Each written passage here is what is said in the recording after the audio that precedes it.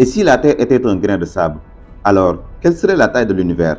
À quelle distance se trouveraient les planètes, le Soleil, Andromède ou même Bételgeuse? Serions-nous capables de voyager à la vitesse de la lumière, selon nous des hommes intergalactiques? Autant de questions que nous allons tenter de répondre dans cette vidéo en transformant la planète Terre en un petit grain de sable bleu. Salut, je m'appelle Adama, bienvenue sur SC Astronomie, la chaîne des passionnés de la science. Chaque semaine, je publie une vidéo qui parle d'astronomie et de conquête spatiale. Donc, si vous êtes nouveau, songez à vous abonner. Avant de transformer notre belle planète bleue en un minuscule grain de sable, il faut d'abord se rendre compte de la taille astronomique de l'univers observable. La taille de l'univers est extraordinairement grande et la Terre n'y occupe déjà qu'une très minuscule place, ridiculement petite. Pour illustrer ça, on entend souvent dire qu'il y a autant d'étoiles dans l'univers que de grains de sable sur Terre. Mais cette affirmation n'est pas totalement fausse. En effet, notre galaxie, la Voie lactée, contient à lui tout seul entre 200 et 400 milliards d'étoiles. Ce qui veut dire que si les terriens décident de partager la Voie lactée, chacun d'entre nous recevra une quarantaine d'étoiles pour lui, tout seul, soit quelques centaines de planètes. En plus, le télescope spatial Hubble a observé pendant des mois entre 2003 et 2004 un coin extrêmement sombre du ciel. Le résultat est bluffant. Plus de 10 000 galaxies ont été identifiées sur cette image qui fait à peu près la surface d'une tête d'épingle tenue à bout de bras. Selon les astronomes, il faudrait faire environ 23 millions de photos comme celle-ci pour couvrir l'ensemble du ciel. Au final, il y aurait quelques centaines de milliards de galaxies dans l'univers observable et environ 10 à la puissance 23 étoiles, soit 100 000 milliards d'étoiles dans l'univers observable. Allez, faisons ensemble de la Terre un gros grain de sable qui mesure environ 1,27 mm de diamètre. Le diamètre réel de la Terre étant de 12 750 km, nous avons pris donc une échelle de 10 milliards à 1. Le Soleil, notre étoile, une énorme boule de plasma principalement composée d'hydrogène et d'hélium, représente plus de 99,9% de la masse du système solaire. Du coup, elle est très massive, plus massive que 88% des étoiles de la Voie lactée. Son diamètre fait exactement 1,4 million de kilomètres. Ce qui veut dire que si la Terre était un grain de sable, la taille du Soleil serait de 139 mm. Situé actuellement à 150 millions de kilomètres, soit une unité astronomique, le Soleil serait à 15 mètres de nous, en espérant qu'il n'ait pas la même température, sinon, voilà. Autour de lui gravitent des planètes, divisées en deux groupes, les planètes telluriques et les planètes joviennes.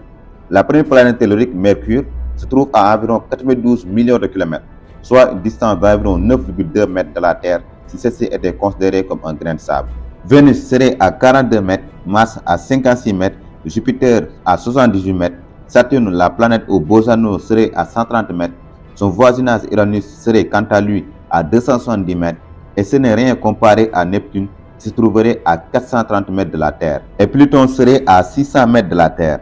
Donc en transformant la Terre en grain de sable, Pluton est à 10 mètres à pied, Jupiter à plus d'une minute à pied, et Mars à exactement une minute de marche, ce qui ferait grandement les affaires d'Elon Musk.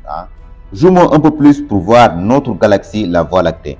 C'est une structure céleste qui comporte des milliers et des milliards d'étoiles qui s'étalent sur une dimension colossale avec un diamètre estimé à environ 100 000 années-lumière. Si on fait le calcul très rapidement, on voit que sa distance serait de 76 millions de kilomètres. Pour vous donner une ordre de grandeur, la Terre étant un grain de sable, le diamètre de la Voie lactée s'étendrait jusqu'à plus de la distance véritable de Mercure par rapport à la Terre. Parmi les étoiles de cette énorme galaxie, il y a Proxima Centauri, l'étoile la plus proche du Soleil. Elle se situe à 4,3 années-lumière. Sa distance avec le grain de sable serait de 4000 km. C'est parfait pour un voyage interstellaire quand on sait que Proxima Centauri possède une planète potentiellement habitable nommée Proxima Centauri b. Mais ça, c'est pour une autre vidéo. Un peu plus loin, au centre galactique, se trouve un trou noir supermassif Sagittarius A étoile. Sa distance avec la Terre est de 26 000 années-lumière, soit 26 millions de kilomètres de la Terre sous forme de grain.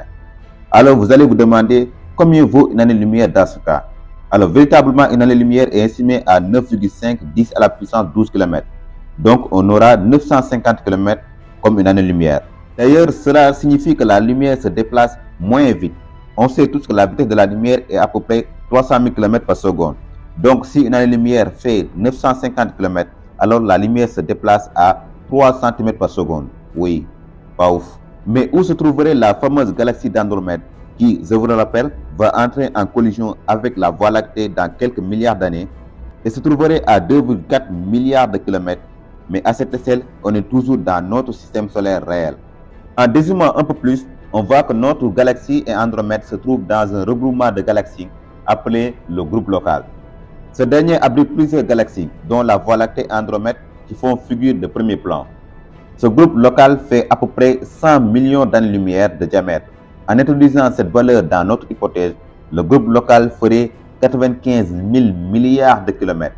Donc même si la Terre était un grain de sable, on ne serait pas non plus une civilisation intergalactique. Dommage. Mais l'univers ne se limite pas au groupe local. Celui-ci se situe dans un ensemble encore plus vaste nommé super-amas de la Vierge. Le super-amas de la Vierge, également appelé super-amas local, est, comme son nom l'indique, une super-amas de galaxies. Son centre est occupé par l'amas de la Vierge. Son diamètre est d'environ 200 millions d'années-lumière, soit 190 000 milliards de kilomètres. C'est tout simplement gigantesque. Encore une fois, l'univers ne se limite pas au super-amas de la Vierge. Il existe d'autres structures beaucoup plus grandes. Donc, on a quitté la Terre, ensuite le système solaire, la Voie lactée, le groupe local, le super-amas de la Vierge et enfin le super-amas de Laniakea, découvert tout récemment en septembre 2014. En hawaïen, Laniakea signifie paradis incommensurable. Je ne sais pas si incommensurable est le bon adjectif pour décrire ce morceau qui regroupe quand même 3 super-amas. Laniakea est l'un des 6 millions de super-amas qui existent dans l'univers observable. Son diamètre fait 520 millions d'années-lumière, ce qui en fait près de 4% du diamètre de l'univers observable. Cet univers observable représente la partie visible de l'univers. En effet, selon les scientifiques, l'âge de l'univers est estimé à environ 13,8 milliards d'années. Donc, la lumière émise par un astre ne peut pas avoir voyagé plus de 13,8 milliards d'années. Par conséquent, la lumière des objets situés à la limite de la partie observable de l'univers aura mis 13,8 milliards d'années pour nous parvenir. C'est la raison pour laquelle on ne peut pas voir au-delà de l'univers observable. C'est la fin de ce deuxième épisode consacré entièrement à la place de la Terre dans le système solaire. Merci de l'avoir regardé jusqu'au bout. N'oubliez pas de me laisser un petit pouce bleu pour que l'algorithme de YouTube propose cette vidéo à d'autres passionnés. Prenez soin de vous, prenez soin de vos proches et on se dit à la semaine prochaine pour une nouvelle vidéo.